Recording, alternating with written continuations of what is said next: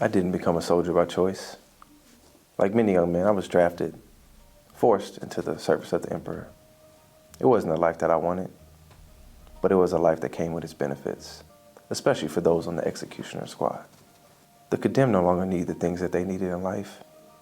Long before I ever set foot in Golgotha, it was decided that the few possessions they took to their place of execution would belong to us, part of our compensation for the job. This garment, this wasn't the first thing I brought home from work. I had many of these in my collection, and many other souvenirs of far greater value. Bringing home clothes from work, well, that was kind of a bad day. We'd much rather bring home some gold or some coins, something of real value. This one though, this one was different. This one was his. It was the last of his garments after we split everything he and the two thieves had on him. It was seamless and in good condition despite the stains. So instead of tearing it apart, we decided to roll dice for it. My number came up and I took it home.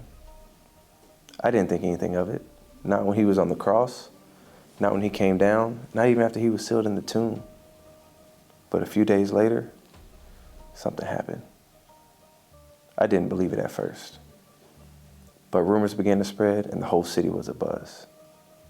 He was no longer in the tomb. Matter of fact, people were saying that Jesus was alive. I didn't believe it, none of us did. But I was curious enough. I had to find out for myself. So one day, I was off duty, I grabbed the garment and I went out of the city. I found out where his friends were meeting with him, and sure enough, there he was, alive, smiling and laughing. I knew then this was no criminal. This man was no rebel either. He was someone different. He was someone who truly loved people.